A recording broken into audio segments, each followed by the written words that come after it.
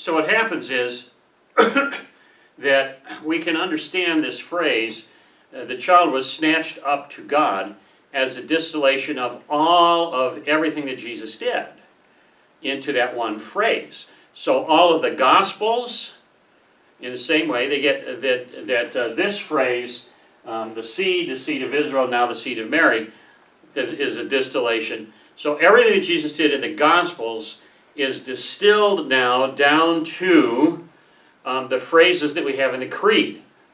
Suffered under Pontius Pilate, was crucified, died, buried, descended into hell, rose again, and ascended into heaven. All of that is a distillation, and then down finally into the final distillation in John's Revelation, the child was snatched up to God. Okay, so that phrase distills everything in the gospel, all the events there. All right. In the meantime, what happens to Mary?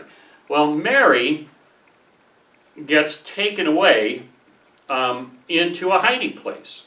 She gets taken off into the wilderness to hide there for 1,260 days. Now, in the handout, I have there's a little box that talks about the 1,260 days and what that means and so forth. So I'm not going to go into that here, the numbers of it. But here's what I think one of the ways we can look at that.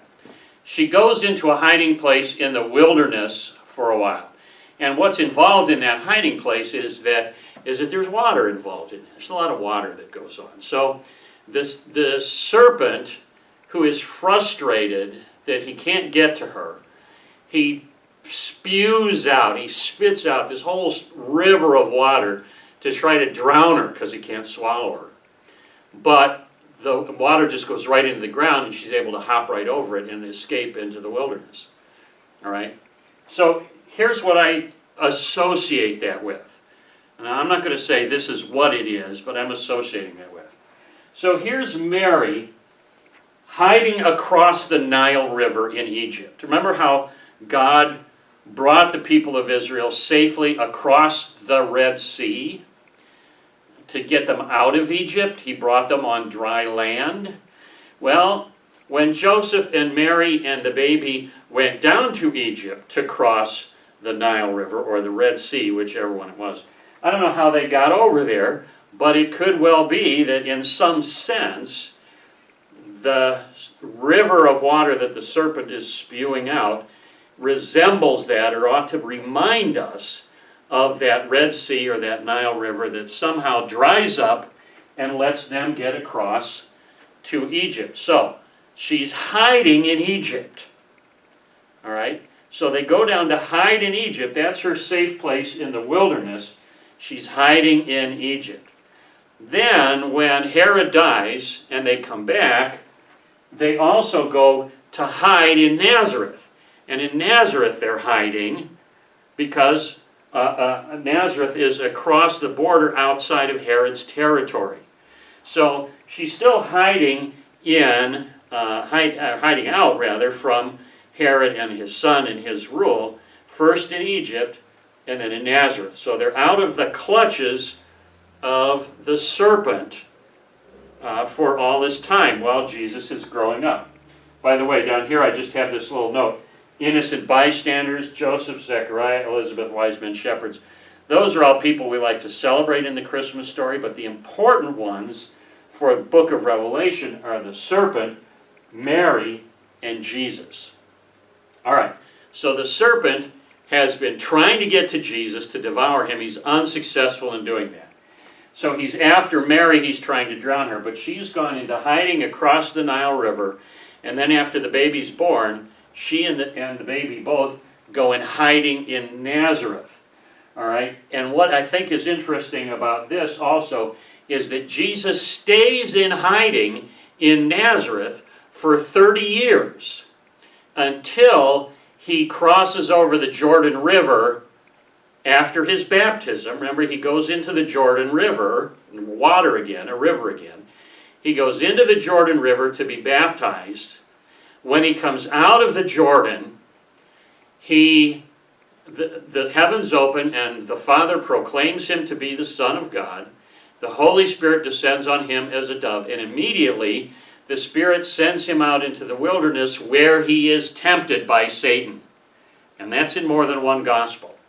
All right? So with the exception of that one incident where Jesus is 12 years old and they bring him to the temple, Jesus is hiding in Nazareth from the serpent for 30 years until he crosses that river again, and then he's ready to confront the serpent head on in the temptation. All right? And that's where I think, and that's how I think this whole story pans out that's in the book of Revelation. The serpent has unsuccessfully, by trying to get Herod and his soldiers he's been unsuccessful to kill the child through Herod and his soldiers.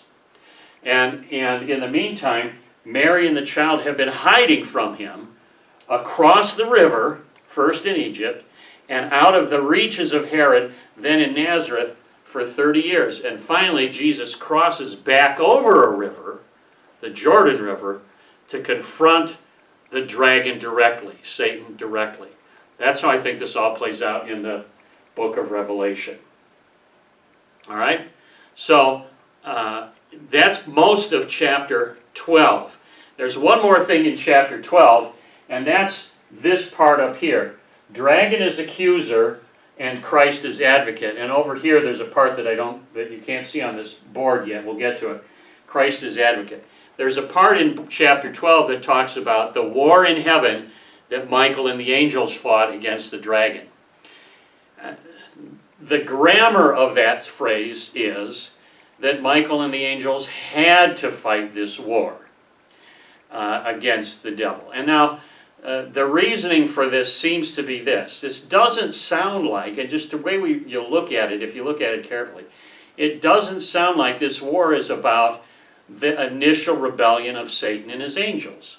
And we have this notion that Satan and his angels rebelled against God from the very first, from way back, from over here. You know, in the Garden of Eden, how did Satan become so evil to begin with that he was tempting people? He must have rebelled way back over here before creation. Well, apparently this war in heaven between Michael and his angels and Satan and his angels is not this rebellion. There's a second war, or a different war, that happens at this point, okay, once Jesus comes on the scene, and once Jesus actually is snatched up to God, as it says, he comes into heaven. And from this point on, Jesus is our advocate in heaven. And so Jesus not only occupies the throne room of God, but he sits right next to the Father on the throne. The Father is here and Jesus is at his right hand, as we confess in the creeds, and he is our advocate. And you know that I have said for months, he sits next to the Father and says to him constantly, I know what these people are going through because I am one of them, so you have mercy on them. And what that might mean is this, that since we have Jesus as our advocate in heaven, there is no room in heaven anymore for an accuser, like there was for Job. Satan could come and go more or less as he pleased for a while, and so when, in the book of Job, as I said, he wanders around on earth, he comes up to heaven, he says, let me tempt Job. God says, go ahead and do it, just don't kill him. He can do that for a while, but once Jesus shows up in heaven, seated at the right hand of God, there's not room for both of them up there. That's what seems to be the point of this war. There's only room for one of them. Okay?